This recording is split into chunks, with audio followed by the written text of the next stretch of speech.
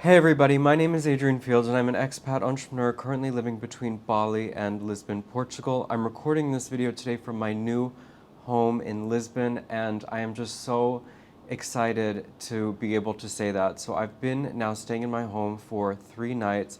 I just actually got back from Bogota, Colombia. I was there for the past 10 days visiting a friend, and I have to say that after coming back to Lisbon, from Bogota and 10 days away, I appreciate this city even more than I did before. I just find it so enchanting. And when I wake up here, and the fact that I'm waking up in my own home is just a completely different feeling to the last 6 weeks when I was in an Airbnb in a very touristic area of town. So anyway, in this video today, I want to share with you what I've been up to and what this process has been like so far of moving to Lisbon. So if you've watched my previous video about my decision to move to Lisbon, then you may remember that I started this process now probably over 3 months ago when I was still in Bali. I knew that I wanted to leave Bali. I was looking for a foothold in Europe, and Portugal came up even though I had never been here before. And so I reached out to an agency called Landing Pad and I contracted them to do some of the very first basic steps for me in applying for my residency, which were getting an NIF number, which is your tax ID number, and helping me open up a bank account. So with that in mind, I did that before I even got here. I arrived in Lisbon in mid-November and I wanted to hit the ground running. I wanted to get my bank account open. I wanted to get everything going as quickly as possible because I knew that this process, the whole process from start to finish, is quite protracted and I'm learning just about really how long it can actually take. So within the first week, I got my NIF number here. That could have been done even sooner had they really organized it before I arrived, since you don't need to be here to do that. And then with that NIF number, we were hypothetically able to open a bank account. So if you remember, as I said, I hired an agency to help me open the bank account. And they took me to a bank here called Nova Banco. And I went with all of my documents. They asked a lot of paperwork, way more than I had ever submitted when I opened up a bank account anywhere else in the world. And so we were there for at least an hour and a half signing document after document. And by the end of this process, the banker tells me, okay, we may hear in a month or 2 months if your account is going to be open. And I'm like, wait, you're joking, right? That can't be for real. And she said, no, that's really how it is. It has to go through compliance.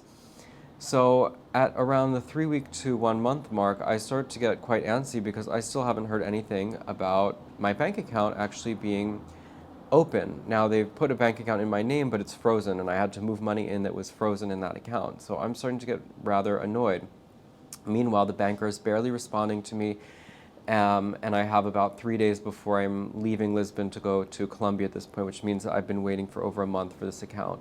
So I go in person to the bank and I ask her, hey, what's going on? Why are you ignoring me? And why is this account not open? I'm feeling totally like a stalker, crazy person having to go there in person and ask her this, but she just won't respond to my emails or my texts. And she says, I'm sorry, it's in compliance, there's nothing I can do. But meanwhile, she had forgotten to ask me for some document weeks before, and it just was a roundabout thing. So anyway, I leave that as it is. I go to Bogota, Colombia to visit my friend, realize how much I really want to be in Europe and not anywhere else. And I decide to cut that trip short and come back to Lisbon because I still needed to deal with the banking issues. Now, meanwhile, I actually signed a lease on the place that I'm living now. So I made a video about apartment hunting in Lisbon, and the apartment that I actually signed the lease on was the third apartment that I showed. And even that was not such a simple process. The final contract was that I paid 3 months rent upfront, as well as a 3 month security deposit, and 1 month of that security deposit valid to be used as a rent at the end of my lease term, which is initially 2 years, though that contract can be canceled within a 1 year period. Anyway, so it's a pretty kind of tough negotiation to get it. I also offered a little bit above the actual asking price just because, again, the real estate market in Lisbon is so crazy competitive that if you want something, you need to jump at it and, you know, be ready with your pocket full, your bag full of cash, basically. So my lease began January 1st. I decided, okay, I'm coming back to Lisbon early so I can deal with the banking and actually stay in my own apartment because the place did come semi-furnished, meaning that it did have a sofa, it had a bed, and, you know, the stuff that I would need to just, you know, stay here more or less comfortably.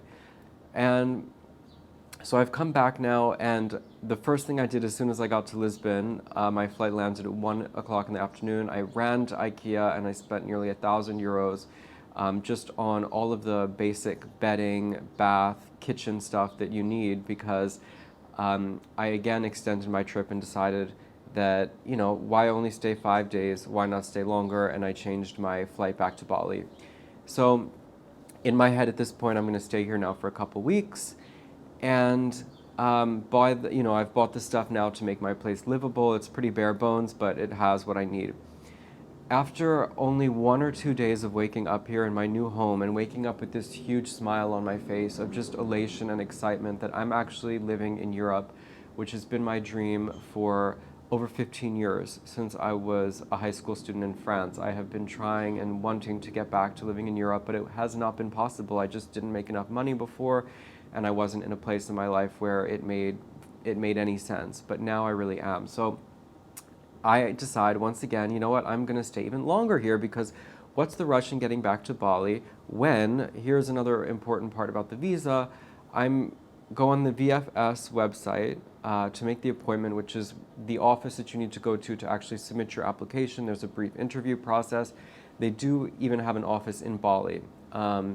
And I didn't realize this when I went to book the appointment, but some people end up having to book like months, like 3 months in advance because this place is so busy. Now, I'm really surprised by that. I was thinking, well, who in Bali is applying for a Portuguese residency visa? However, in the case of this Bali office, for example, I believe that they do the applications for all of the Schengen countries for Bali. So anyway, I see that the earliest appointment that I can get is March 3rd, and looking at how many days I've already been in Europe using the Schengen calendar online, I realize I can stay here until February 23rd. So, as I said, I changed my flight this time now a third time or a second time or whatever, and decide to use up basically all of my days to just be here and enjoy, because there's a really big difference now in being in my own home, even though, as I've said, it's barely furnished. The fact that I'm in such a great neighborhood, I'm in a neighborhood called Príncipe Real. I'm mixing my Spanish and my Portuguese accent, so nobody can really make out where I'm from. But anyway, I'm in a really, really great neighborhood. It's like the Soho of Lisbon, and it's so different from where I was staying before, which was called Baixa, and now it's like the Baixa Chiado area right by the famous arch, and it's just mad packed with tourists all the time, and it's not really a locals area. But here, right around my house, there's so many cute little hole-in-the-wall local places. Like yesterday, I went to a roasted chicken place, and the Portuguese lady who cooks the chicken, for €4 was so rude, but it was fabulous because she was like rude in such a hilarious way, as such a character. And I'm like, oh, I'm in a real neighborhood in Europe. So I'm really enjoying that. My real estate agent team, while I was away in Bogota, they set up for me my electric, my gas, my internet. So when I came in, all of that was luckily turned on. I certainly paid them for that privilege because the way that I had worked out in the contract with my real estate agent, who helped me find places, though not really, because I did 90% of the work, I would say, and actually looking on Idealista anyway. Our agreement was that I was going to pay her 1 month of my rent directly to her as a commission, that she was not going to get her commission from the landlord's side. Now, I got a nice shock when I got her invoice last week, and I saw that it was not €1,800, which is equivalent to 1 month's rent, but it was €1,800 with 23% tax added on top. And this is somewhat, I would say, I've seen it before in Portugal, like when I've gotten quotes from lawyers and other things, they add this tax on top of 23%. However, this was not made clear to me in the case of my real estate agent. Our agreement was 1 month rent, not 1 month times 1.23, which then came out to an extra almost €500. And sadly, this didn't all happen 2 months ago when the dollar was even stronger than the euro. As I'm recording this video, the dollar keeps slipping and we're like 10% down compared to a few months ago. Anyway, so that's consequential, and she was kind enough and generous enough to actually say, okay, I'll change your invoice, you can just pay $1,800, and she'll be responsible for the tax on her end. And I think that honestly, that's really fair, because I did all the work every day of looking at Idealista, and then I would send her team the places to contact, so they were kind of doing admin. And then when it came to actually negotiating the contract, I wish that she had been a slightly better advocate on my behalf, if I'm being 100% honest, because I do feel like what I paid to get in here, and the payment structure and whatever was pretty heavily favorable, I would say, to the landlord, and not so favorable to me. I mean, again, paying 3 months security deposit when all this came with was a shitty bed from IKEA and a sofa like that. Even if I took a hammer and smashed them all to bits, they wouldn't be worth even €1,000. So be that as it may, you know, that's what it took to get in here. And long story short, I'm glad though that I am. I love this apartment. You know, where I'm sitting now in my little terrace out back. It's just lovely. Like, I get a little slice of the sky here and of the sun and these beautiful European style buildings behind me. No, it's not Bali. You know, if you've watched my videos from my house in Bali, I don't have the water feature and the pool and the tropical plants. Actually, I do have a palm tree growing behind me. That's not true. I was going to say don't have tropical plants growing behind me, but I'm really happy here. I just love Europe so much, and I feel so stimulated here. The people that I get to meet, and already that I've made more friends here in a couple months than I did in Bali in 4 years. People are just on a different level. When you go into a shop and when you go into a restaurant, the average person working there actually has a master's degree and speaks 3 languages, which is kind of crazy, but it really speaks to the level of sophistication in Europe and why I feel ultimately that this is where I'm happiest and where I really want to be moving forward. So where I am now in my process is that I'm going back to Bali next month, about 1 week ahead of my VFS appointment. I still have things to prepare before then. My criminal record, which can be done without me actually even needing to be in Bali, because I have an agent there, so I sent her a scan of this Indonesian police form with the fingerprints. It gets apostilled, that gets included in my application, and I forgot to leave out a very important story, which is that nothing happened with this horrible Novo Banco after 5 weeks, and I came back here, and the agency that I had hired to help me set up the account gave me a different person now as my account manager, who's this really great guy named Zhao. Young kid, but really much more dedicated, and I like him a lot. So he took me to a different bank called Bank Inter, and they're actually also just literally around the corner from my home. And we signed papers, and they said probably in 2 days your account will be open. Not 2 months.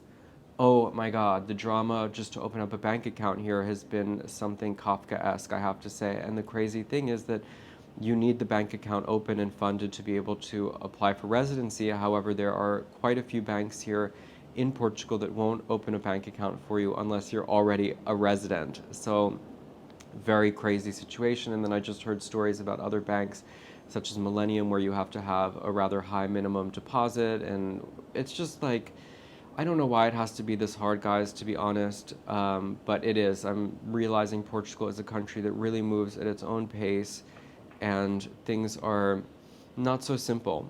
But on the other hand, I did get a TV. I bought a TV yesterday and had that delivered the next day right to my house. So other things work really well. And I have super fast internet that's not that expensive. So all of these things, I'm just feeling like now I'm really starting to build my life here, and it'll be a complete game changer when I actually get that visa in my passport that says, okay, you can live here for 2 years, you're on a path to citizenship, and that's my ultimate goal in this, you guys. I want to become a permanent resident and then a citizen of Portugal.